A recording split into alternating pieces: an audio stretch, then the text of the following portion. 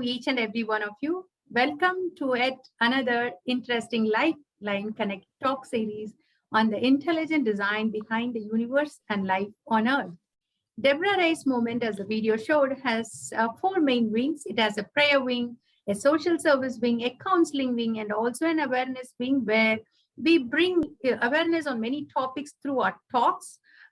Those topics are generally ignored. So we have spoken on many of the ultimate questions of life, like what's our purpose, our origin, our destiny. We had also a series of talks with speakers from the Discovery Institute on the intelligent design. We discussed about Darwinian evolution, Cambrian explosion, fossil record, and so on. Today, we have come to the most important of all, human evolution. Did we evolve through naturalistic, unguided evolution as proposed by Darwin, or is there a design behind it?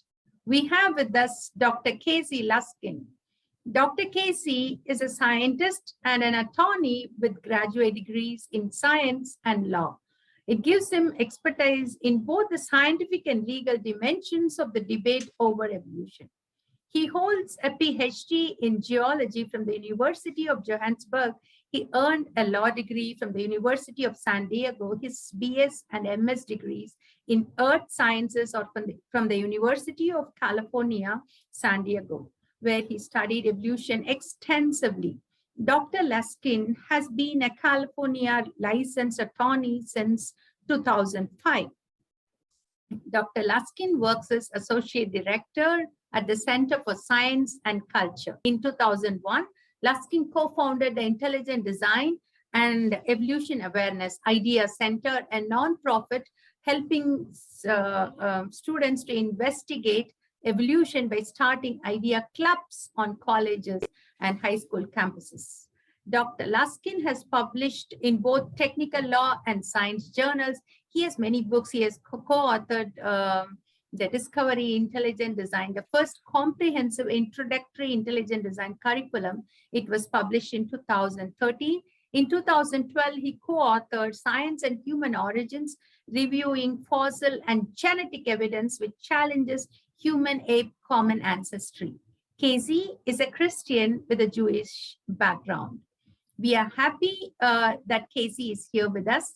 At the end of the talk, during the question answer session, you can ask questions to Casey about Discovery Institute seminars.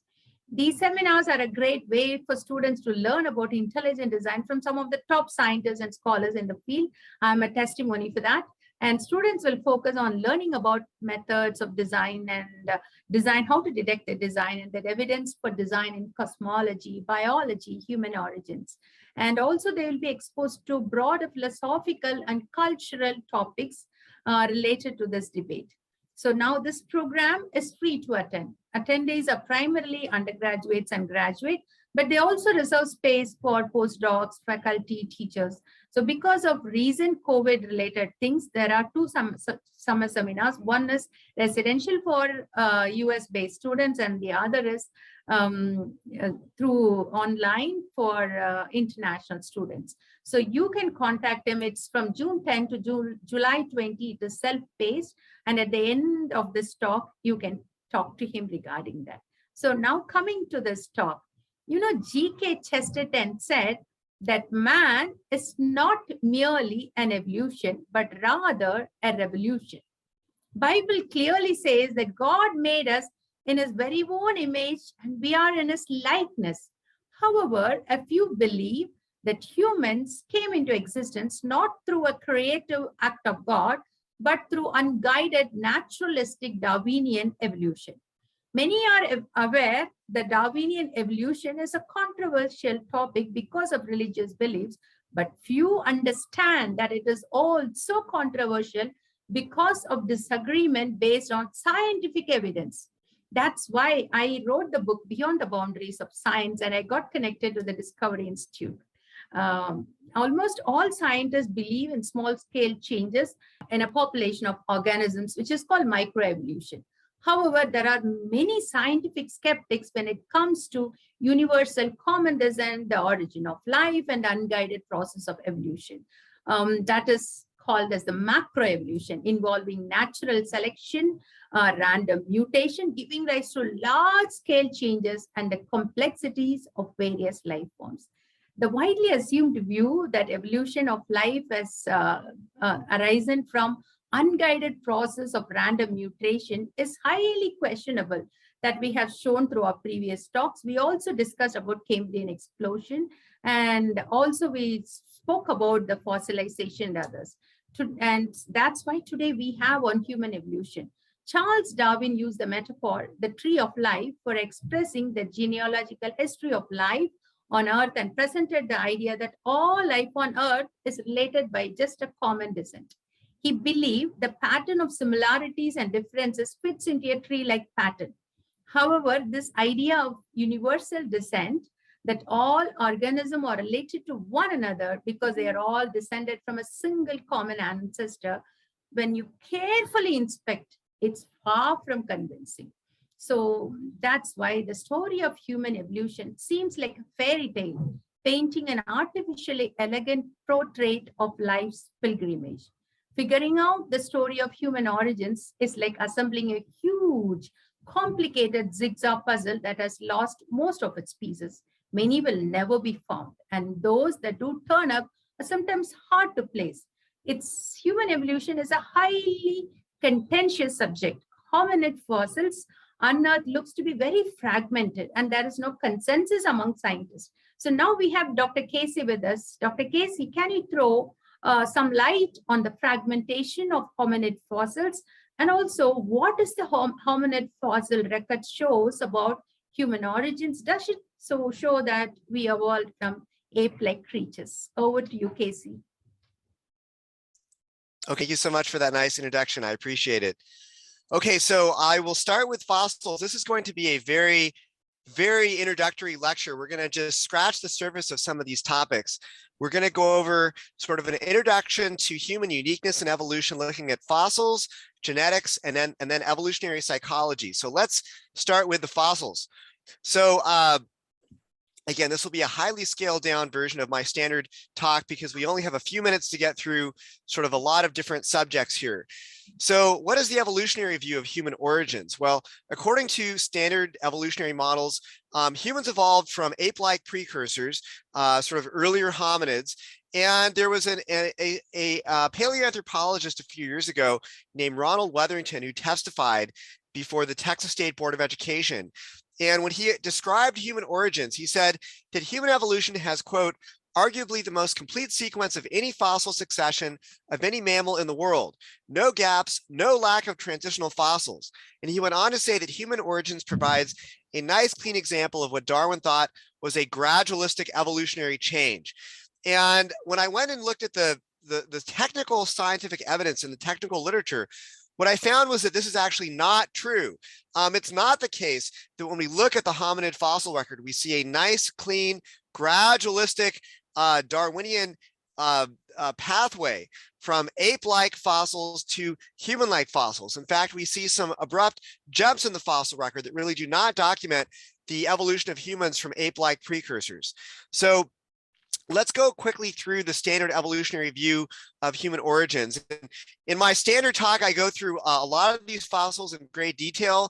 We're not going to have time to do that today, so I'm just going to focus on sort of one of the most important points here, and that is where the supposed human-like fossils evolved from the ape-like fossils. But according to the standard view, you have these early hominin fossils that lived from about 4 to 7 million years ago. They're supposed to document some of the earliest fossils that broke off from the line that led to chimps and evolved eventually into the genus Homo.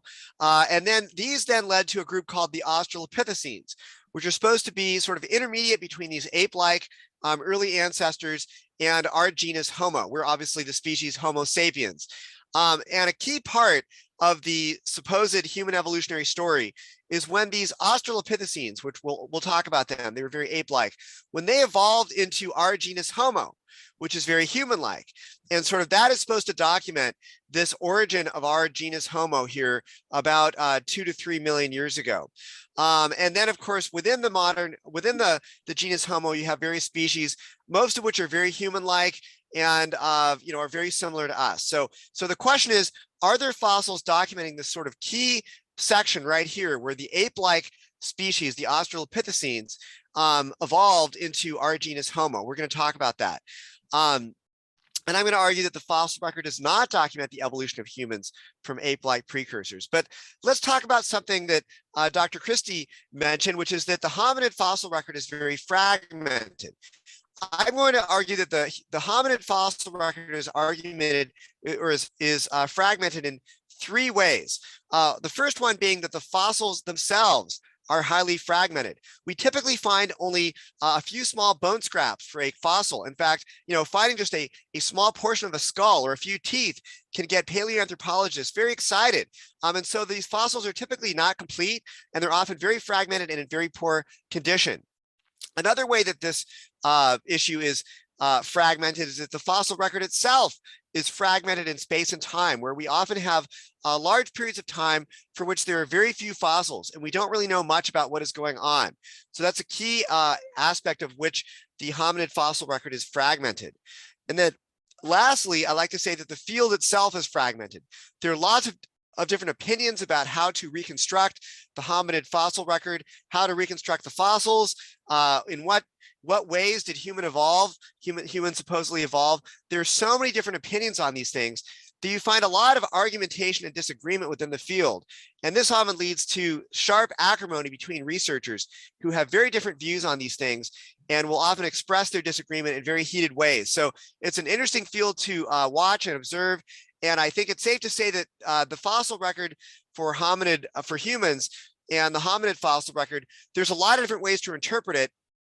And I think that it's not clear-cut at all that humans evolved from ape-like precursors. Okay, so let's talk about this genus Australopithecus, which has various species in it called the Australopithecines.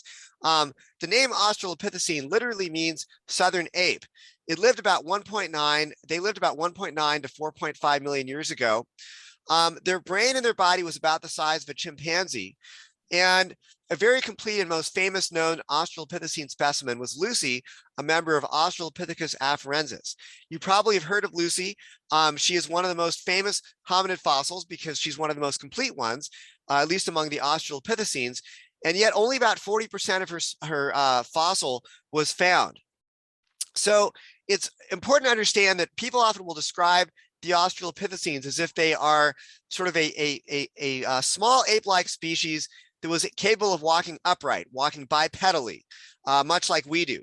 But many Australopithecine traits were ape-like and or not human-like, including their arms, their chest, their striding gait, their shoulders, their abdomen, their inner ear canals, which is very important for understanding how they walked, what their mode of locomotion was, their developmental patterns, their toes, their teeth, their hand bones, and their brain size were all ape-like and or not human-like. And there are some key questions about how Lucy walked. Obviously, the standard view is that she walked upright, but there's some key evidence that I think challenges that position, namely that the hand bones of Lucy show that she knuckle walked, as chimps and gorillas do. There are a lot of people who think that actually the Australopithecines spent most of their time in trees. In fact, the journal New Scientist said that her traits were largely suitable for climbing in trees. Other studies showed that Lucy's pelvis, which is a key bone for understanding how she walked, was badly crushed and had distortion, with error in the reconstruction creating a more human-like shape. And the conclusion was that more anatomical fossil evidence is needed. Basically, we don't have enough fossil evidence to have a good idea of exactly how Lucy walked. So I think that the jury's really out on exactly how what Lucy's mode of locomotion was. At least that's my opinion. And you can find studies that support views that say that, basically counter the idea that she was a primarily bipedal upright walking species.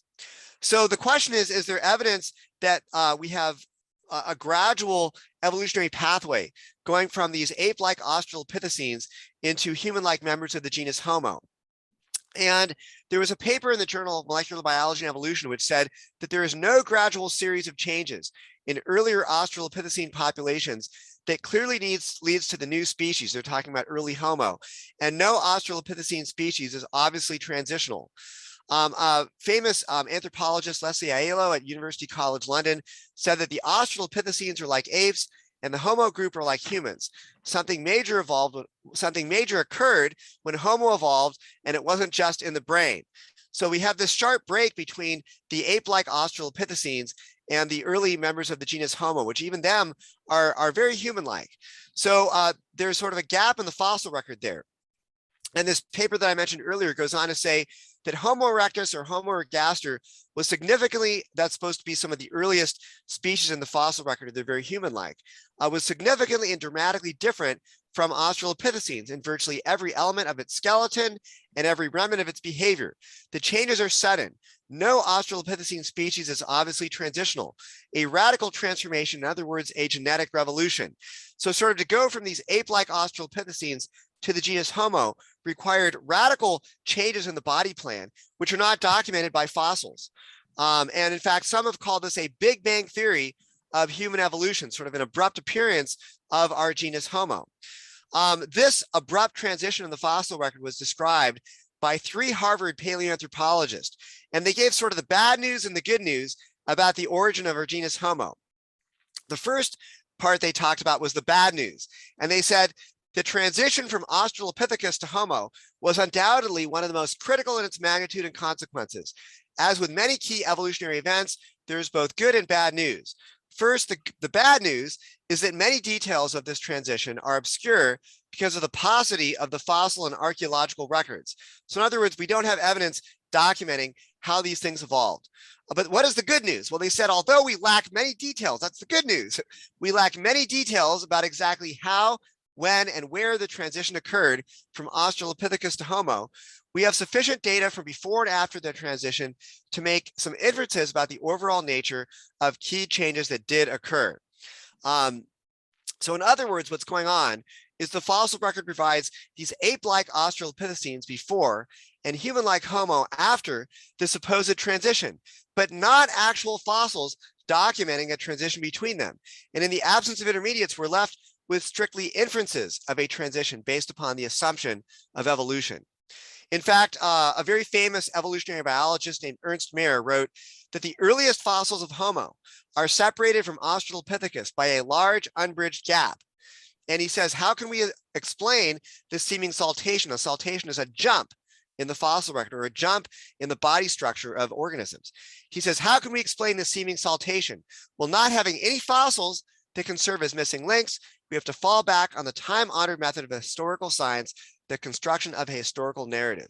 So I think that's very significant that we're lacking fossils documenting this transition. And in fact, this is true not just for humans, but with other species in the hominid fossil record. In fact, a major review of paleoanthropology in 2015 said that the evolutionary sequence for the majority of hominin sequences is unknown.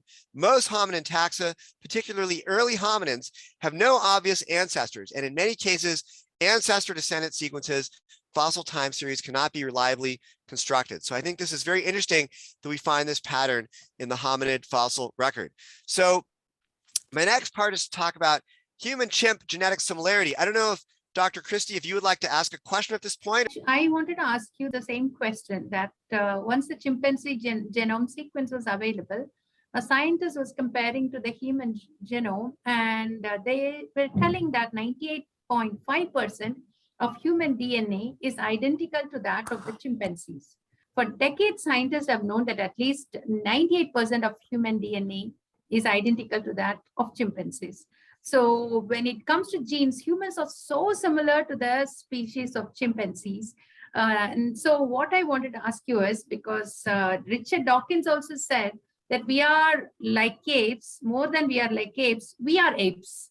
That's what Richard Dawkins says, based on this similarity. So what do you say about it? How are humans and apes similar? Sure, great question. And before I want to get into this part of the talk, I want to note that intelligent design is compatible with common ancestry because it's possible that life was designed and yet we share common ancestors with other species. But if we're going to accept common ancestry, let's do it for good reasons. And I don't think that human-chimp genetic similarity is a good reason to support common ancestry. I think that this evidence really does not support common ancestry. So as Dr. Christie said, yes, the idea that humans and chimps have nearly identical DNA, perhaps 98, 99% similar, has been argued by many people as good evidence for common ancestry. Here's a quote from Bill Nye, who's a famous science popularizer here in the USA. He says, as our understanding of DNA has increased, we have come to understand that we share around 98.8% of our gene sequence with chimpanzees. This is striking evidence for chimps and chumps to have a common ancestor. Okay, so is this true? Are we 98.8% genetically similar to chimps? And question 2 is, does it matter? Well, the answer to the first question is no, it is not true that we are only, say, 1 or 2% genetically different from chimps. And in fact, there was an article in the journal Science a number of years ago called The Myth of 1%, which basically refuted the idea that we're only 1% different from chimpanzees at the genetic level. They said that the 1% statistic is a myth and a truism that should be retired. They said that differences between humans and chimps include 35 million base pair changes, 5 million indels, those are insertions or deletions that are more than a single base pair. So that involves many more millions of base pair differences between humans and chimps, and also even 689 extra genes in humans. And they noted that 99% similarity pertains only to very particular alignable proteins, where the similarities are close enough that you can actually align those proteins. And so fine, some of our proteins are very similar to chimps, but that's only a very small percentage of the overall human genome.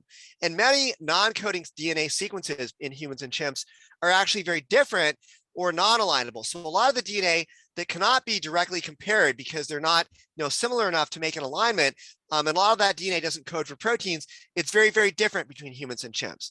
So what are some of the numbers we're talking about here? Well, definitely you can say for sure that overall human chimp genetic similarity is less than 98%. There have been a number of different estimates of this, and so I'm just going to quote a few of these. Semen and Bugs, a paper in 2020, found that we are about 96% similar to chimps at the genetic level. However, their study did not look at centromeric DNA, which would definitely lower the percent similarity significantly, because the centromeric DNA and also the telomeric DNA between humans and chimps is very, very different. And they did not consider those in their study. Another estimate in 2018 suggested that human chimp genetic similarity is 95%. Now, I think a very significant estimate came from Bugs in 2018, which found that when you look at direct nucleotides that you can align, that only 84.38% of our nucleotides directly match up with the nucleotide in chimpanzees. So whatever the actual answer is, it's not totally clear. It's going to be somewhere between 84 to 96%. I'm going to guess somewhere, in the middle there. But it's certainly much less than, 98 or 99% similar, which is the statistic that we're often shown. And it's important to understand that at the present time, all current estimates of human chimp genetic similarity depend on what we call humanized versions of the chimp genome that used human DNA as a scaffolding when they built the chimp genome. And so let's just take of these various estimates, the most similar estimate, which is 4% different. Still, that amounts to 120 million nucleotides that are differences between humans and chimpanzees. That's a huge number of nucleotides that can encode vast differences between our species. But let's just say, for the sake of argument, that it was true that we were actually 99% similar to chimpanzees. Does that necessarily demonstrate common descent? Is it necessarily the case that those similarities are due to common descent? And I would say no, because it could also be explained by common design, where we are built upon a common blueprint that reflects the fact that we were built by the same designer to meet similar functional constraints in either organism. So I would say that this idea that we can look at the percent genetic similarity to try to make an argument for common ancestry, there's no objective argument for common ancestry there. If we were 90% similar or 80% similar or only 50% similar, at what point does the argument even stop counting for common ancestry? It's not clear why 1% similarity should be in favor of common ancestry and another percent should not. And that's because whatever the percent similarity is, you can explain those similarities as the result of common design, using similar parts to fulfill similar functional constraints in different organisms. So what do I mean by common design? Well, it's a good design principle that designers will reuse different functional components in different organisms.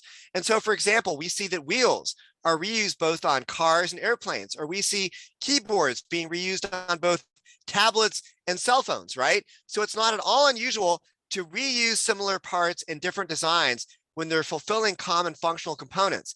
And that might be exactly what we see going on with humans and chimps, that there is common design based upon the fact that we're built upon a common blueprint. So similar parts, similar genes, similar morphology is being seen in both organisms. So, and just a few small changes can radically change the meaning of something. So I have this famous quote from the Star Wars movie Empire Strikes Back, where Darth Vader says to Luke Skywalker, he says, "I am your father. Search your feelings. You know it to be true. Luke, you can destroy the Emperor. He has foreseen this. It is your destiny. Join me and together we can rule the galaxy in father and son. Come with me. It is the only way."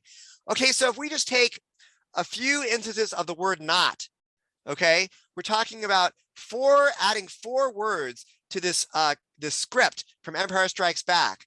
And that's about, less than 10% change.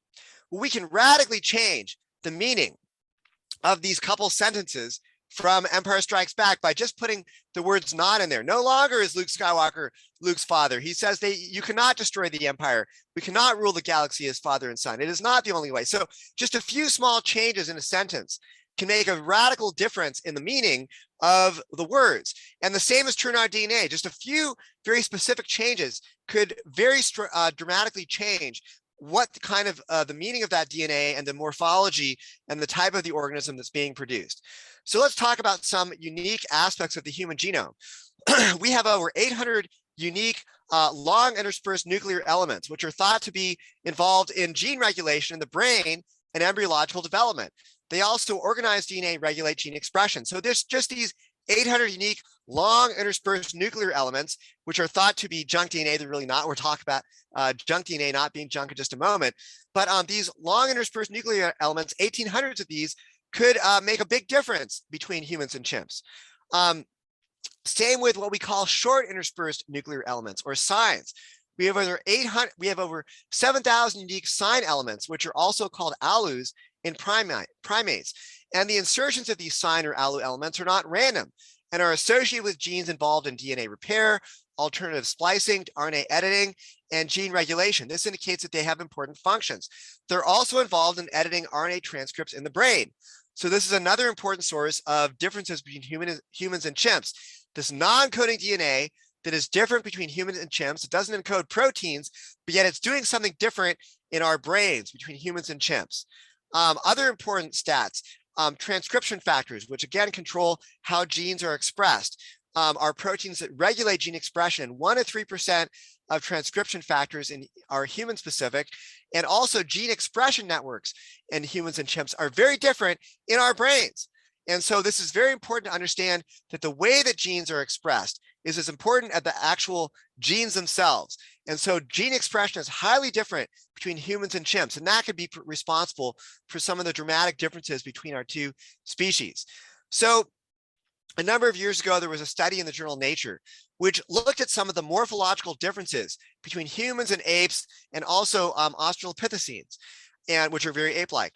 And so if we want to ask the question, what would it take to convert an ape-like ancestor into a human? Well, you would need a new design of the spine, new shape and tilt to the pelvis, legs and angle in from the hips, knees, feet, and toes that are designed for upright walking, a skull that sits on top of the spine in a balanced position, a shift in jaw muscles and muscles attachments, and also a face that is flattened and sinuses behind the face and the eye sockets located in different places to permit a forward-looking gaze.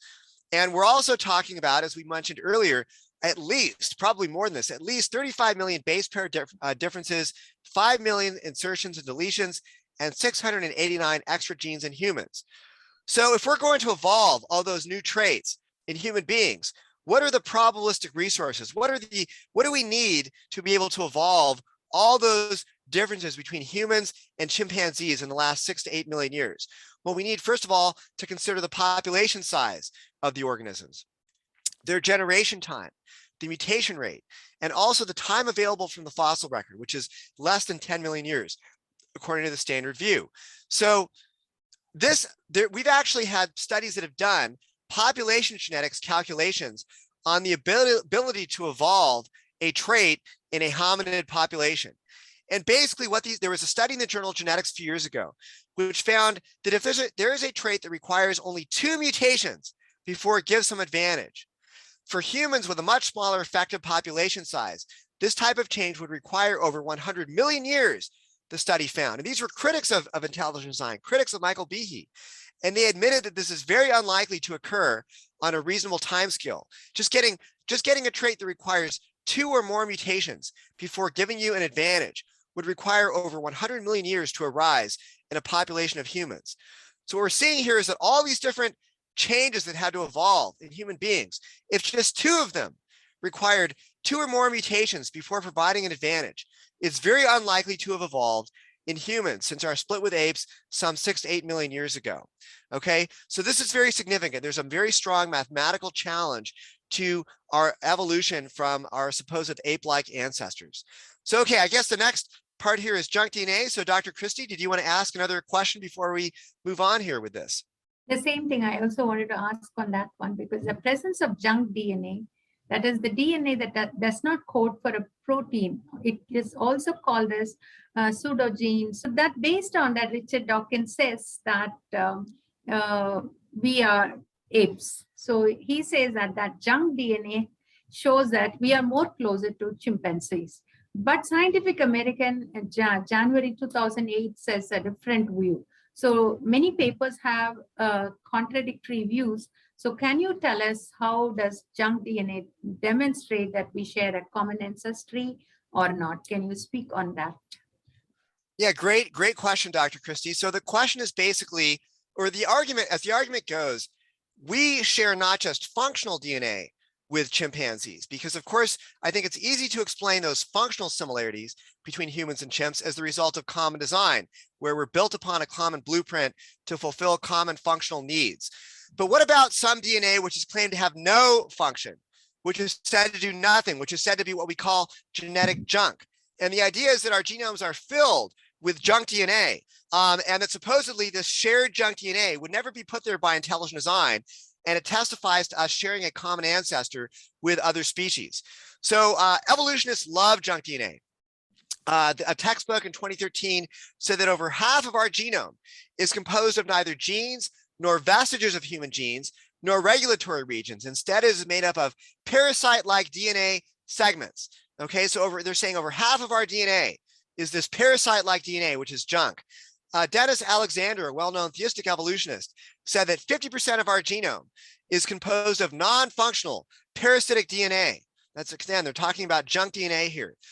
Francis Collins, the famous geneticist, he wrote in his book, The Language of God. He's a very strongly committed evolutionist. He said that, and of course he's a Christian, but he believes that, you know, God used strictly evolutionary mechanisms to create life. And he's very much in favor of these junk DNA arguments, at least he was in the past. He wrote that mammalian genomes are littered with repetitive DNA, with roughly 45% of the human genome being made up of such genetic flotsam and jetsam. If you don't know what flotsam and jetsam is, he says 45% of our genome is flotsam and jetsam. The definition of flotsam and jetsam is useless trash floating in the ocean. Okay, so he's saying that 45% of our genome is basically useless trash.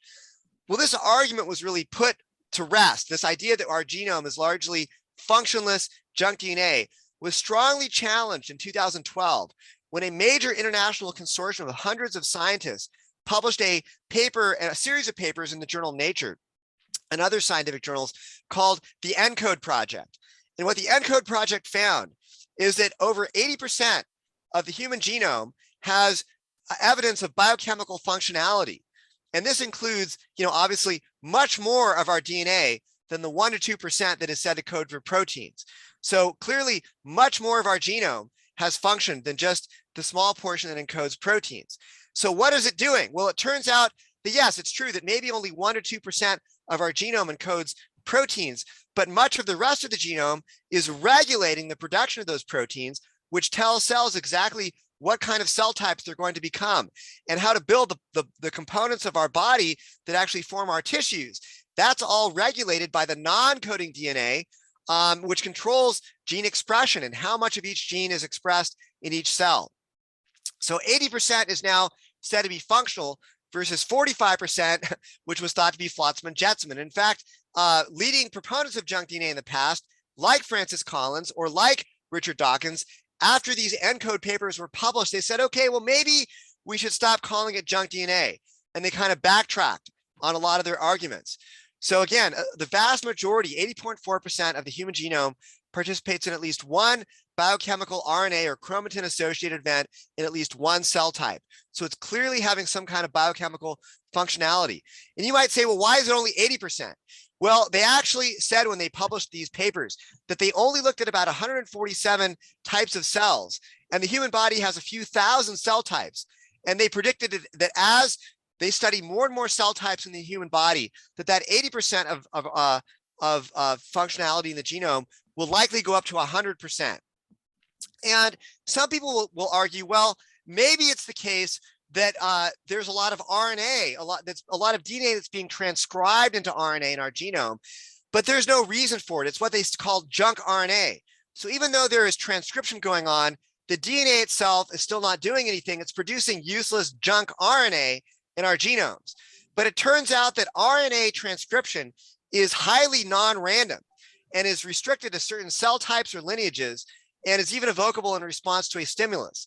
So I think that it's not a good bet to say that a lot of this RNA is just junk RNA, because the evidence shows that transcription in RNA is not random, and in fact seems to be correlated with certain types of cell types, cell states, and cell lineages. So it's safe to say that I think junk RNA is going to turn out to be another bad bet for evolutionists. So this greatly challenges the junk RNA hypothesis. So what are some of a small sampling of functions for this repetitive DNA, which is said to be this parasitic junk DNA? Well, we have many functions. They form higher order nuclear structures. They form centromeres. They're involved with chromatin condensation. They form telomeres. They are involved as nucleation centers for DNA methylation. They're involved in cell proliferation, cellular stress responses. They're involved in translation. They are involved in binding cohesin to chromosomes and DNA repair. They regulate gene expression. They're also involved in the human brain. So 98% of our genome may be non-coding DNA, but much of the rest of the DNA is regulating and controlling the protein coding DNA, okay? And in fact, there was a paper published about a year ago in the journal Nature, which talked about just the rapid rate at which functions are being discovered for non-coding DNA elements.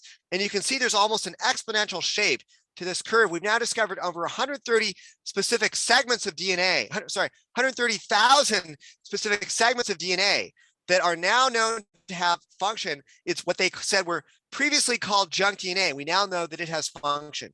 So this is very, very significant that we're finding just literally hundreds of thousands of DNA elements that don't code for proteins, but yet still have functions. So what about pseudogenes? This idea that sometimes a gene will make a duplicate copy and then it will degenerate, and that will be a form of junk DNA, sort of these leftover duplicated genes. Well, it turns out that even pseudogenes are increasingly thought to have important functions. There was a paper in the journal RNA Biology that said that the study of functional pseudogenes is just at the beginning, and more functional pseudogenes will be discovered as novel biological technologies are developed in the future. Another paper said that pseudogenes that have been suitably investigated often exhibit functional roles. So in other words, we haven't actually studied pseudogenes yet enough to understand what they're doing. And when we do study them, it turns out that they have function. In fact, a paper in the journal Nature from 2020 said a broad misunderstanding of pseudogenes, perpetuated in part by the pejorative inference of the pseudogene label, has led to their frequent dismissal from functional assessment and exclusion from genomic analyses. With the advent of technologies that simplify the study of pseudogenes, we propose that objective reassessment. And they went on to say that where studies have been studied directly, they're often found to have quantifiable biological roles. And the paper said that there is a growing number of instances of pseudogene annotated regions later found to exhibit biological function. So there's an emerging risk that these regions of the genome are prematurely dismissed as pseudogenic, and therefore regarded as void of function. So basically, the evolutionary paradigm that pseudogenes do not have function is causing people to wrongly assume that these stretches of DNA don't have a function. And in fact, when we study them, we're actually finding that they typically do have functions. So the take-home message is, don't rush to judgment on pseudogenes, and let's be very careful and understand that there's a good chance that they do, in fact, have important functions. And in fact, there have been some very significant papers in the last couple of years that have really challenged this idea of junk DNA. a paper from Jim Shapiro at the University of Chicago from this year. He said that the concept of abundant, selfish, or junk DNA in complex genomes is mistaken. And a paper last year in Genome Biology and Evolution said that the days of junk DNA are over. So we're really finding this idea of junk DNA as being strongly challenged in the scientific literature. And I really don't think it's a good argument anymore. Okay, so now I guess the last part is evolutionary psychology. We can do this in a couple minutes here, but do you want to ask a question here, Dr. Christie? You have time, you can speak. Mainly, I wanted to know about how our mind evolved, because evolutionary psychology that study how our mind was shaped by pressures for survival, for reproduction. So whether our minds evolved, how, if it is that, how do they say that our minds evolved? And what are some of the problems with such evolutionary psychology? So could you reply based on this? Great question. And I want to also reiterate that we are just barely scratching the surface of these topics today. There is so much more to talk about. And so I'm going to give you guys some references at the end where you can get more information. You can always email me if you want more information as well. We just have barely enough time to scratch the surface. So what is evolutionary psychology? So it is a project by proponents of Darwinian evolution to try to explain human behavior, mental capacity, and intellectual abilities strictly as the result of unguided natural selection preserving beneficial traits, okay? So the idea is that under the standard Darwinian view, human beings are accidents of history. And it's not just our brains that evolve, but also our bodies and behaviors, including our moral and religious impulses.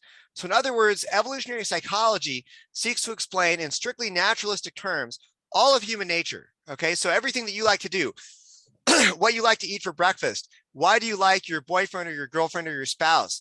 Why do you enjoy going running? Why do you get scared when you see a picture of a snake? Everything about the way you behave is said to be explainable under a Darwinian context. So there are various evolutionary psychology explanations to try to explain certain aspects of human behavior. But some of the most difficult things for evolutionary psychology to explain has been what we might call human morality. You know, you would expect if we're just living in this sort of dog-eat-dog Darwinian world that you would not evolve the tendency to want to be nice to people. You know, why should you evolve the desire to be nice to your family or to be nice to your neighbor? And so there are various explanations that have sought to explain the evolution of human morality. And that's been very difficult for evolutionary psychologists to explain. One example would be kin selection, where you help other members of your family survive because they share some of your genes. And in helping them to survive, some of your genes are passed on. Or another one might be reciprocal altruism, which basically says that if you might share food with some friends because your friend might then share food with you later when you're hungry. And this helps you and your relatives survive and pass on your genes. Now, what's noteworthy about these explanations is that under evolutionary psychology, there is no such thing as true, unselfish love. Anything that you do, you ultimately do it because it's giving kickbacks to your selfish genes, okay? There's no such thing as actually true love where you're actually truly caring about other people. And they always have to link any behavior that they try to explain back to you and how it helps your own genes to survive and reproduce in some context, okay? So according to evolutionary psychology, the ultimate goal is to reproduce and pass on your genes, okay? That is the ultimate goal of everything that you do in evolutionary psychology, simply to reproduce and to pass on your genes. But I think that there are many behaviors which really are very difficult to explain if we're only supposed to survive and reproduce and pass on our genes. Okay, so the rule of evolutionary psychology says try to figure out how some behavior that you want to understand, excuse me, helps you to pass on your genes. So let's look at this example. A phobia, you know, when you're afraid of things like snake phobia, they will say, well, this is clearly easy to explain under evolutionary psychology because phobias like snake phobia evolved because they provided a survival benefit to protect us from dangers in the wild. Okay, well, I would say that might be true, but couldn't also snake phobia be explained equally well by intelligent design? If we were designed with a survival instinct to avoid dangerous predators, that seems like a good design strategy. So I think that sometimes evolutionary psychologies, they might be possible, but I think that intelligent design is an equally good explanation in those cases. So natural selection or intelligent design could both lead to good behavioral strategies that help you pass on your genes. I don't think that evolutionary psychology, which tries to explain things only by natural selection, is the only way to understand things. What about this example? The ability of women and children to scream very loudly evolved so that they could attract attention and attract people to come and help them to call others when they're in danger. And I would say, okay, well, maybe so, this could be reasonable, but why must naturalistic evolution be the only cause? Could a designer not also find it expedient to give physically weaker members of society the ability to call for help loudly and attract those who can defend them?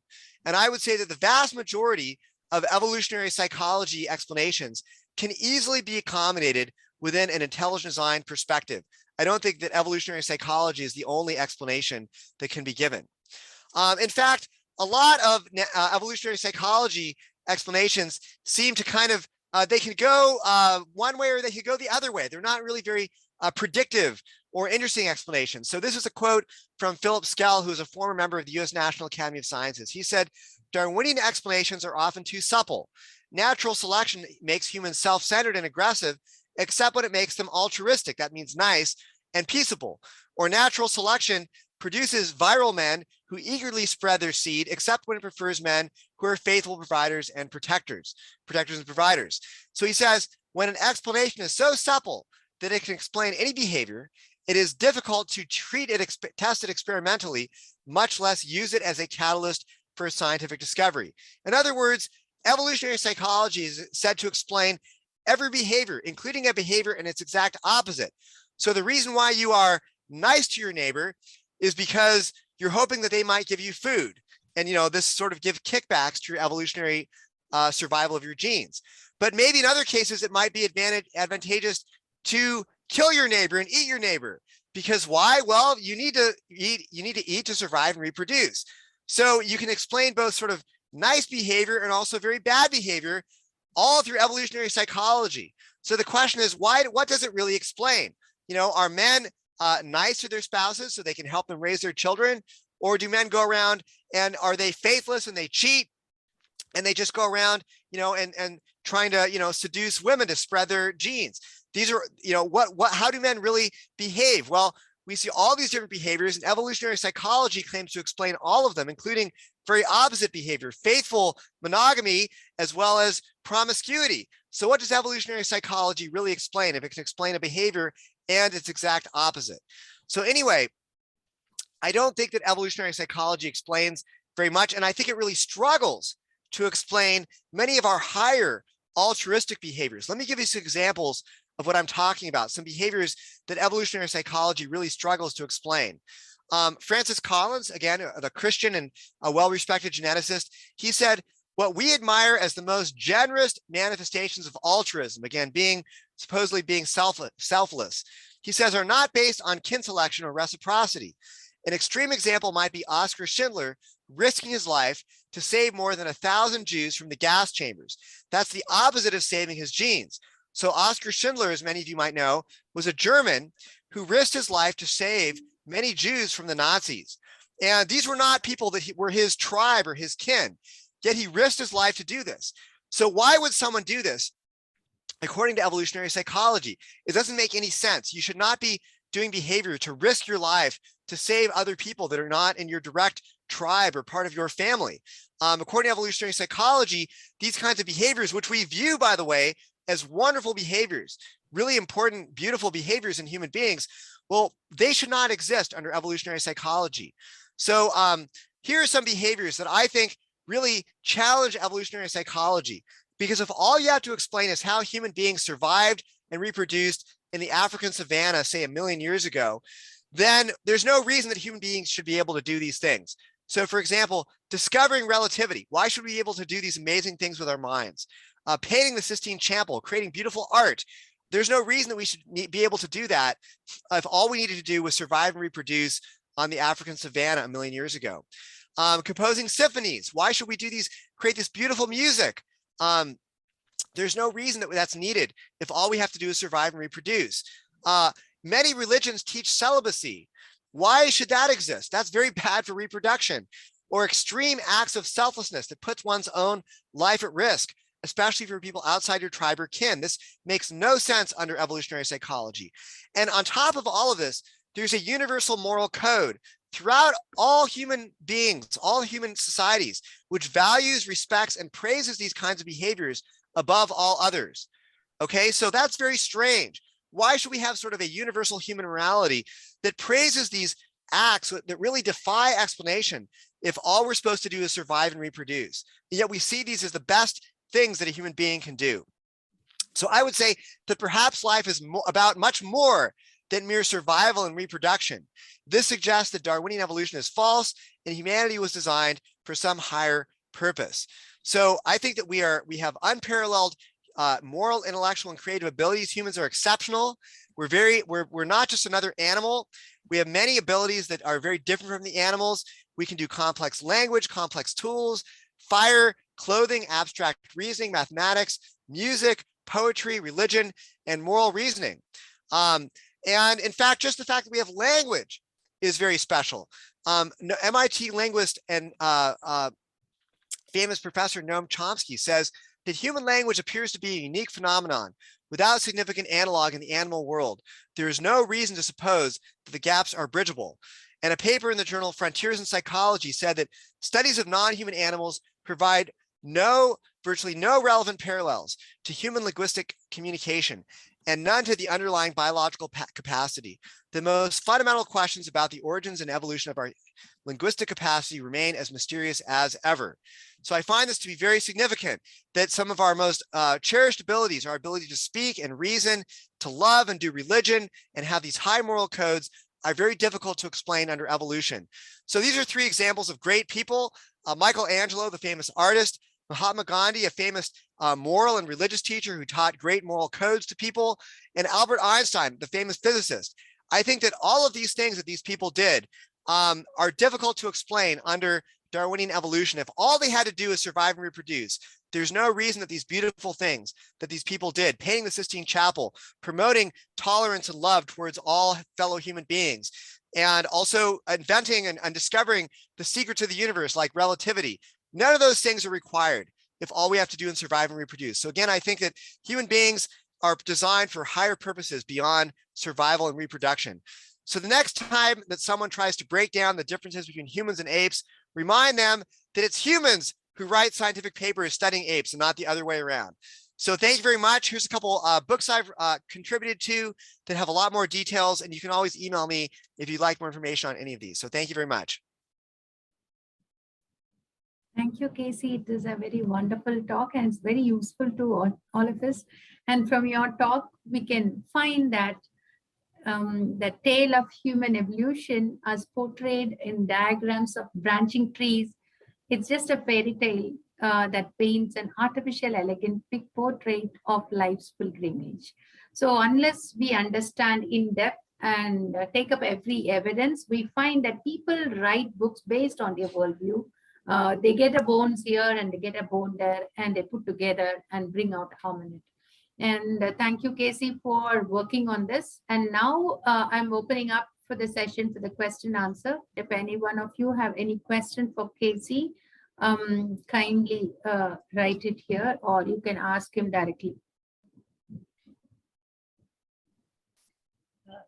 Thank you, Mr. I know we went very fast, so you may have to rewatch this later. So I apologize. I tried to cover a lot of ground here today, but you can get more information in any of the references that I gave, or you can email me as well. Yeah, you can put your email ID in the chat box so people can also check it out. And your books, you can just Google, and about Casey, you can find about him and the Discovery Institute. So somebody asked a question, Stephen, he has raised his hand, and one more. Yeah, two people have raised their hand. Go ahead, you can unmute and ask him. Yeah, thanks, Christie. This is Jayanti, joining from Hyderabad, India.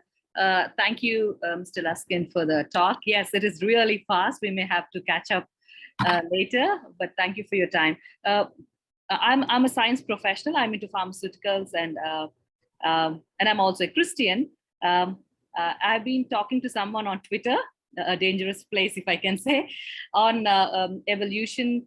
We are having some, tried to have a civilized debate where they said, you can be creationist, but still believe in evolution. You can be Christian, but still believe in evolution. What would you like to say to such proponents who say that evolution is a possibility, can be part of God's design, and still they believe in an intelligent design and intelligent mind behind it? Thank you very much. Sure, great question, Jayanthi. I appreciate that. And this is a complex question to unpack. So I am a Christian also, but I'm skeptical of evolution. So first of all, the first question I would have before I ask whether we should try to reconcile Christianity and evolution is whether evolution is actually true. Because if evolution is not true, then we don't really need to waste our time trying to reconcile Christianity and evolution.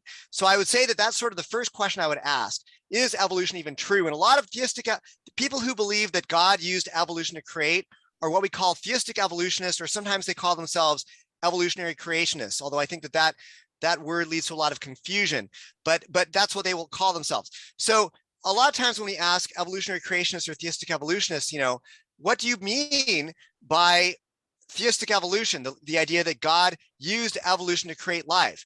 Well, what they will often say is that, well, God oversaw the process of evolution, okay? Well, if they believe that God is meaningfully intervening in the history of life, to maybe, I don't know, there's lots of different ways they could see this, to cause mutations to happen, or to, maybe, intervene in the natural progression of the species. Well, that is not a true standard evolutionary view, okay? Now they've actually deviated from the standard evolutionary account of the evolution of life. All right, because the standard evolutionary account of the evolution of life said that there has been no intervention by an intelligent agent, at least not at any detectable level. There's been no meaningful action by God or any intelligent agent. So as soon as you believe that there is sort of detectable design in the human species, and if you think that there is detectable design in biology, you have now come down on the side of intelligent design. You have actually directly disagreed with the standard evolutionary story. So although there are some theistic evolutionists who believe in the standard evolutionary view and believe that's just how God created it, for example, Francis Collins is someone like this, and he says in his book, The Language of God, that that if we were to replay the tape of the history of life, that it would appear as if humans, that the history of life appears to be unguided and random, okay? He says there's no evidence for God's involvement in the history of life. He believes that God was involved, just in an undetectable manner, all right? But as soon as you believe that there actually is evidence that God was directly involved in the history of life, you are, even if you believe that life has changed over time or that we share common ancestors, you are not a true Darwinian theistic evolutionist, okay? You are in the camp of intelligent design. So you have to make that really clear. So can a Christian believe that God, according to Darwinian evolution and the standard evolutionary view, the history of life appears to have been unguided? So does it make sense to say that God guided an unguided process? I don't know. I mean, that's sort of a really tricky theological and philosophical question. My response is that rather than trying to twist our brains into mental contortions to understand how God could guide an unguided process, I would just ask, is the evidence show that the history of life appears to be unguided? And I don't think it does. I don't think that the evidence shows that the history of life appears to be unguided. I think that the history of life appears to have evidence of intelligent design. And because of that, I don't think that we need to waste our time trying to reconcile Christianity and evolution. Now, that being said, there certainly are some theological sticking points between Christianity. I think that one of the biggest ones would be when it comes to the origin of humans, like we talked about today. And in fact, one of the biggest areas where theistic evolutionists have really struggled to reconcile, sort of traditional Orthodox Christian beliefs with the standard evolutionary view is regarding the origin of humans. Because obviously the Bible teaches that we were created by God. Adam and Eve were our sole initial progenitors, and that we're all descended from Adam and Eve, and not, a bunch of other hominids that were made, that evolved. So this is in direct contrast with the standard evolutionary story. So I think that what we talked about today really is one of the key areas where evolutionary claims bump up against sort of traditional Christian beliefs in the origin of humans. And as we saw, I don't think the evidence supports the evolutionary view. So there's a lot to unpack there, but I hope that this helps you to unpack some of it at least. If again, I'll type the name of the book that you want to read here is Theistic Evolution. Okay. Yeah. I contributed to that book. I showed that book at my last slide. That is the subtitle of that book is a scientific, theological, and philosophical critique. So if you want to see a good critique of theistic evolution, check out that book. Sure. So should I look at this next question, Dr. Christie, from Kevin about human chromosomal actually, fusion, or what should I do here? Yeah, we can take only one question. So somebody has asked, 6,000 years Bible is telling, and I wanted to answer that Bible is not telling about 6,000 years, because you can read that it can be a revelation, it can be any number of years. So why do you want to attach the number of years to the Bible when it doesn't speak? When Bible is silent, let's be silent. So that is not the question. What supposed to be directed to you is, how do we explain the fused 23 base pair of chromosomes from the 24 in chimps, as we have 2 centromeres in the last base pair and the telomere fusion site in the middle? It makes fusion look plausible. Okay, great question. And in fact, I have slides on this, but I like I said, I was just barely scratching the surface. I took those slides out so I wouldn't make it go too long. But Dr. Christie, can I share my screen again? Because I can just show the slides that I took out and we can go over that real quick. Would that be okay? Or Yeah, please share and we'll finish in 5 minutes. There is another meeting. Kindly wait for 5 minutes. We'll try to finish it. Okay, great. So that's a good question. It comes up quite a bit. And I've got a little section of slides that I had to take out, but I can show you what we have. So what is the argument? The argument is that human chromosome number 2 has a similar structure to what one would expect if 2 chimpanzees became fused end to end. And humans have 23 pairs of chromosomes, but chimps and other great apes have 24. So the idea is that to explain why we have 1 fewer pair of chromosomes in our cells, the reason we have that is because 2 ape chromosomes in our ape-like ancestors became fused end to end, formed one of our chromosomes, and this explains supposedly why we have 1 fewer pair, and it explains this. And Francis Collins, again, he's an evolutionist. He said it is very difficult to understand this observation without postulating a common ancestor. Okay, and my argument to you today is that in fact it's very easy to understand the evidence for fusion in human chromosome number 2 without resorting to postulating a common ancestor. So how is this? Well, according to Francis Collins and according to the argument, human chromosome number 2 is fused. However, all this shows is that at some point within our lineage, 2 chromosomes became fused. All right, logically speaking, this evidence tells us nothing about whether our human lineage traces back to a common ancestor that we share with apes. So I want to make this really clear again. Let's say that it's true that our human chromosome number 2 is actually fused as the result of a fusion of 2 other chromosomes. All this evidence tells us is that sometime within our human lineage, a chromosome became fused. It tells us nothing about whether that lineage or the human ancestry leads back to a common ancestor with apes, okay? So it doesn't even tell us whether these early humans were ape-like. It doesn't say anything about human-ape common ancestry. So to explain this, again, I'm sort of accepting for the sake of argument that there is good evidence for human chromosome fusion. Let's just accept that for the sake of argument. Whether there is good evidence, that's another question. But what we can say here is, if there is a chromosomal fusion event in human history, yes, it is possible that that's part of a lineage that leads back to a common ancestor that we shared with apes. But you could just as easily explain the same exact evidence if we trace back to a human ancestor that did not share common ancestry with apes and was actually designed separately from apes. Okay, so in this diagram on the right, we see that there was a 48 chromosome human ancestor and a 48 chromosome ape ancestor. And then at some point in the human lineage, there was a fusion event. And then, of course, today we have 46 chromosomes. Okay, fine. that could explain the evidence just as easily as us tracing back to a 48 chromosome common ancestor. In fact, there's no reason why one of these models has to be true over the other. They each can explain the data, and there's no reason to say that just because we have this fusion event, that therefore we have to go back to a common ancestor with apes. It could be that our ancestors did not have a common ancestor with apes, and yet they had 48 chromosomes.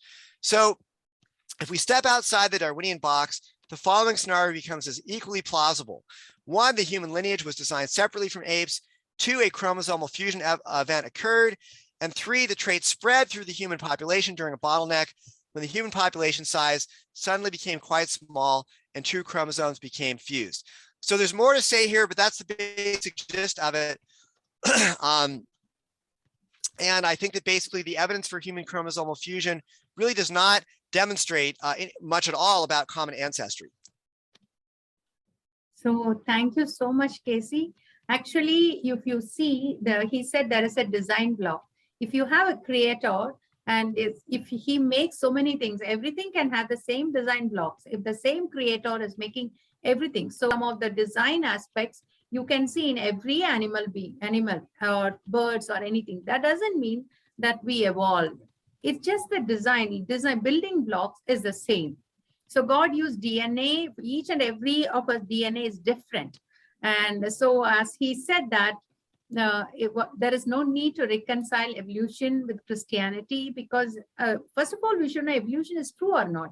And scientifically, it is not true. Many of the researchers have shown contradictory views.